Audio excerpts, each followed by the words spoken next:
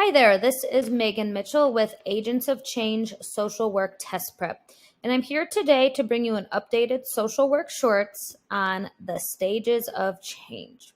This is a really important topic because many times when we're working with clients, they may be committed to making a change. They may want to change a behavior or an attitude, and this will be really a good framework to help our clients work from. If you have any questions about the program or are looking for more information, you can check us out at our website, agentsofchangeprep.com. So what are the stages of change? You might have heard of it just referred to as the stages of change, but it actually comes from a framework, and that is the trans-theoretical model. And like I said, it's a framework to help us understand the process in which we can change behavior. There's 5 stages of change within this model, and they are, as you can see here, we start with pre-contemplation, then contemplation, preparation, action, and maintenance. And today we're going to dive a little bit deeper into each of these different stages, what it means for the client and what it means for the clinician. For visual learners, I have a visual here, and I really like this visual because it shows an entry point for behavior change and an exit point, but it also shows the different steps as a wheel, knowing that it is not linear and there might be different times in the behavior change process that people are in different stages. So why is this information important? Why should clinicians and social workers know about the stages of change? And why will this be important for our clients? Behavior change does not happen overnight. For example, say you are trying to limit screen time in your evenings before bed. So maybe you want to put the phone away and hope that that will help fall asleep and stay asleep. You're probably not going to just be able to do that if this is a behavior that you've been doing for some time. You're probably not going to be able to just put the phone down and change in one day, right? Because behavior change is a process.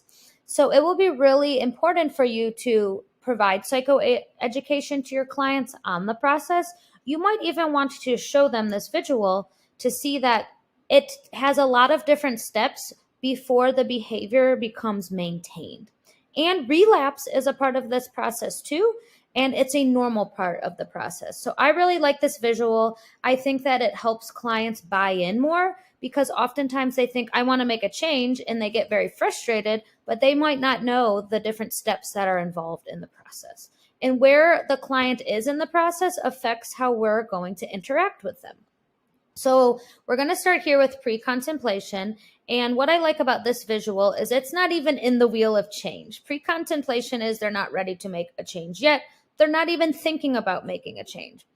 From pre-contemplation, you jump into contemplation, and this is maybe thinking that there is something that they want to change or an area of their life that may be problematic or needs some sort of modification. From there, you move into preparation, and this would be starting to plan for the behavior change. You're thinking that this is something you do want to move forward with, and you're thinking of the steps that it will take to make the change. Next is action. This is actually doing whatever is needed to make the change and committing to it. You are making the change in the action stage. Once you have been keeping up with the new behavior, you move into the maintenance stage. And this is when things start to become more habitual. You have started to make this part of your routine, this behavior change, and you're able to maintain the change. We're not going to move yet here to permanent exit because a lot of times there's a relapse. So maybe you slip up. Maybe something happens, life happens, right? You get busy and you're not able to keep up the change that you had planned, right? Relapse is completely normal. We want to normalize that for clients. And from there, we go back to the different stages in the wheel, right? And like I said, it's not linear. So maybe we move back into the preparation, or maybe we move back into the action. I like to say that we can permanently exit when it has become ingrained in our life, But knowing that if we permanently exit, we might need to re-enter the wheel if we relapse again. So I think this is really helpful to know where to meet clients, how to interact with them, and how to frame behavior change for them. So let's break down pre-contemplation. And remember, that was before a client or ourselves even entered that wheel of change. So this is when someone's not ready or willing to change. People in the pre-contemplation stage do not intend to take action in the foreseeable future. So that's generally 6 months or so. So they have no interest in changing. They might be uninformed about the consequences of their behavior, or they might be having some defense mechanisms going on. They might have trauma that's blocking them, but they're not interested in even considering making a change. They might have had multiple unsuccessful attempts in the past, so they have that block too. They might feel demoralized. They might feel like they're not even capable of changing.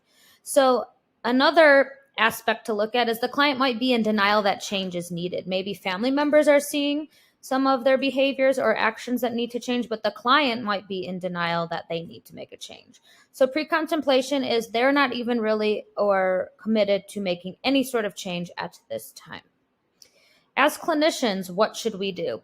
We should engage with the client by educating them on the consequences that their behavior may have, and do this in a non-judgmental way, right? We're just giving very much the facts at this point and helping the client focus on the pros and cons of changing the behavior, right? So you might say, here's the pros and cons, but the pros here might help you in this way. However, we do not want to force a client into change if that's not where they are. Our priority is not their priority. So it's important to meet the client where they are at and not push them into this cycle. And here you might just be doing a lot of sitting with the client, listening to what's going on for them, and really just understanding where some of those barriers may lie, because it might be that they need to do some other work on underlying issues before they're willing to commit to change. So that's pre-contemplation.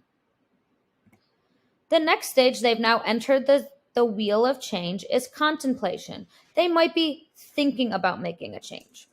In this stage, people are planning to change maybe in the next 6 months, but they've not committed to taking action to change yet, right? So they're thinking about it. They're more open to the idea.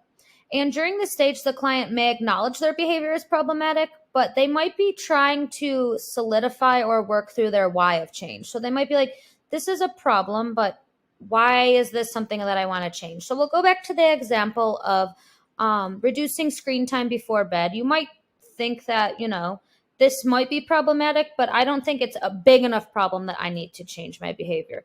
I need to learn a little bit more before I commit to anything. So that would be someone in the contemplation phase.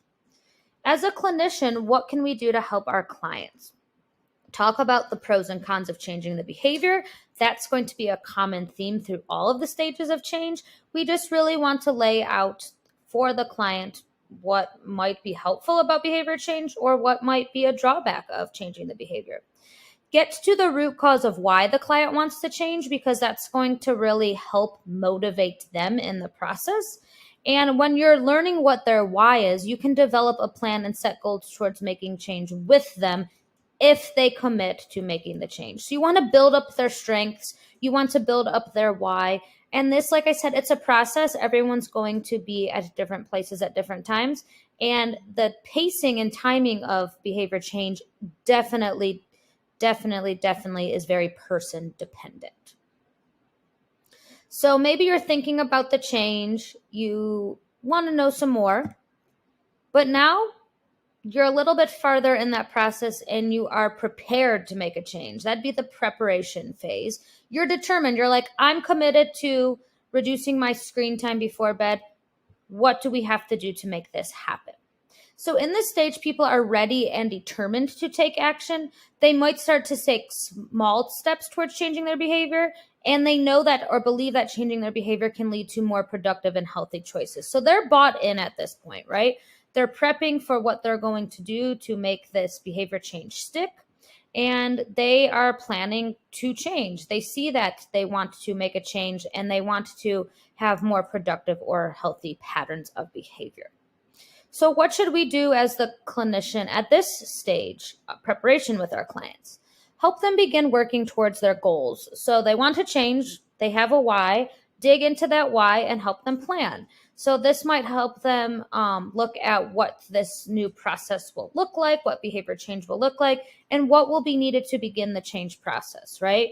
Is this, you need an accountability partner? Do you need resources for this? How are they going to keep themselves accountable? There's a lot of things to decide at the preparation phase so that they can move into the next phase, which is action. And this is where that behavior change is actively taking place. They're actively changing the behavior. They're doing what they set out to do. So in this stage, people have recently changed their behavior, and this is defined within the last 6 months, and intend to keep moving forward with this behavior change. So I've dramatically cut back my at nighttime screen time. So I am now putting my phone away. I'm doing meditation, and I am not getting my phone out at nighttime. People might exhibit this action, this active change, by acquiring new habits. So maybe instead of being on my phone before bed, now I'm listening to a guided meditation, right? I've modified my behavior to something that's going to serve my goal in a more healthy, productive manner. So what should we do here for our clients? Help them track their progress. So we want to make sure that they are aware that progress is happening, and we want to encourage them. We want to praise them, right? It's really hard to even get to the action stage. So help them stay committed, ask them their why, make sure they're staying committed, and provide support and encouragement.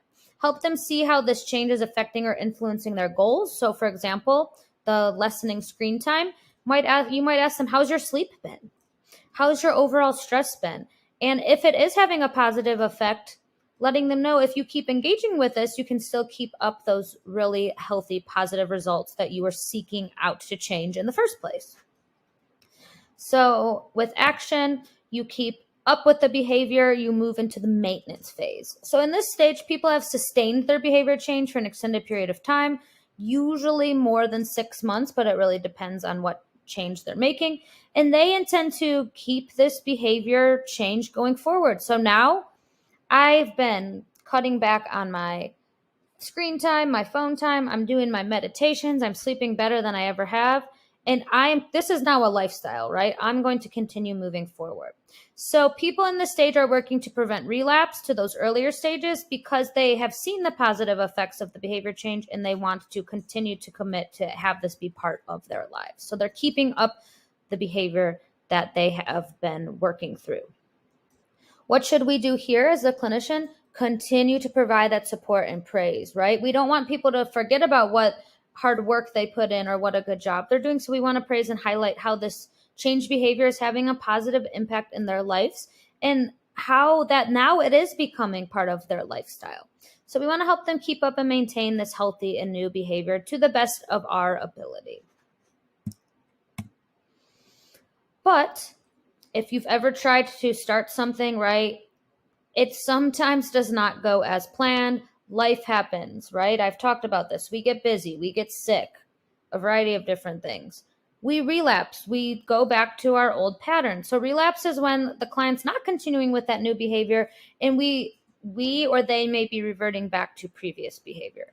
I want to really point out here that we want to try to normalize relapse and not make it such a negative, shameful thing.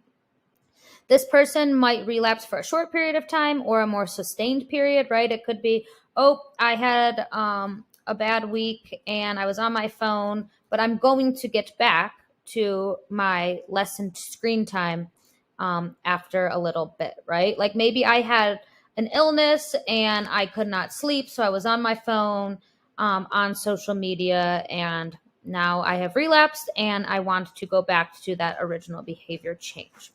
So several rounds of change, behavior modification may be needed before long-term change is made. You might have heard people say, right, like it takes many, many, many attempts or many, many days for something to stick. That's because change is hard. Behavior change is hard. So if a client does relapse, and I don't like to use the word relapse, if they do have a setback, is what I like to say, right? Because we don't want to shame them. This is very normal. Relapse kind of has a negative connotation. We just want them to know that, they can always start back, right? This does not mean that they're a bad person. It just means this is part of the cycle of behavior change, and it's normal. So what can we do as the clinician? We want to be really supportive. So help the client regroup and normalize the relapse, right? Re-educate the client on the cycle of change, discuss what led to the relapse, right? So maybe it was illness, or maybe it was stress, or maybe negative influences in their life, and discuss how that affected their overall progress. Help the client see that they have the choice to get back on track, but don't once again force them back into behavior change. Discourage them from using that all or nothing thinking and that shame. So I failed this time, so I will never be successful, right? It doesn't mean just because you had one setback that you're not going to be successful ever again. So a lot of clients might fall into this all or nothing thinking. So I failed, so I'll never be successful. We want to reframe that for them and really help them focus on the positives, work from a strengths-based approach. So here's a little mini quiz. Which stage of change is this client in? A client comes to you and says he finally wants to take the advice of his partner. He states that he has anger problems and is committed to changing so he can improve his relationship. What stage of change is this client in? What do you think? Wants to make a change, knows what the problem is, and is committed to making a change. He wants to come to therapy, right? That's also something important. He's coming to you and saying he wants to make a change on his anger, and he's committed to changing. The correct answer would be preparation, right? He's not in the pre-contemplation. He's definitely wants to change. He's aware of that. And he's not at contemplation because says he's ready to take action. So from there, he'd have to prepare to make the change. He's aware that his behavior is a problem. He wants to make a change. That's why he's coming to you as the clinician. There's no signs at this moment that he has a plan or an action that has been taken that would put him into the action phase. So together here as the clinician, you'd want to plan. You'd want to ask him what specifically he wants to target, and how he would get into that action phase so he can start to change the behavior. So he or she is in the preparations phase. How are you going to make this information stick? Use an example from your own professional life. You've probably at some point, either professionally or personally, worked with someone that's trying to make a change, or you might have something in your life that you're trying to change right now. Walk through these stages of change and make sure you know what happens at each stage, giving examples. Remember, knowledge is able to stick a lot more when you can make it personal and you can remember specific examples. Think of how you would support this client, or if you are thinking of a personal thing, how you would like a clinician to help walk you through this cycle. So make it personal. That will help make it stick. If you are looking for more content, like I said before, check us out at agentsofchangeprep.com. If you're watching us on YouTube, make sure that you subscribe. If you're listening to us on podcasts, make sure you follow us so that you can be alerted when we put out new content. If you have any questions, I'm always available to answer them. You can reach out to us at agentsofchangeprep@gmail.com. And I want to thank you for tuning in. Remember, this is a hard process, but you can do this. You can do hard things. And thank you for tuning in, and good luck on your study journey.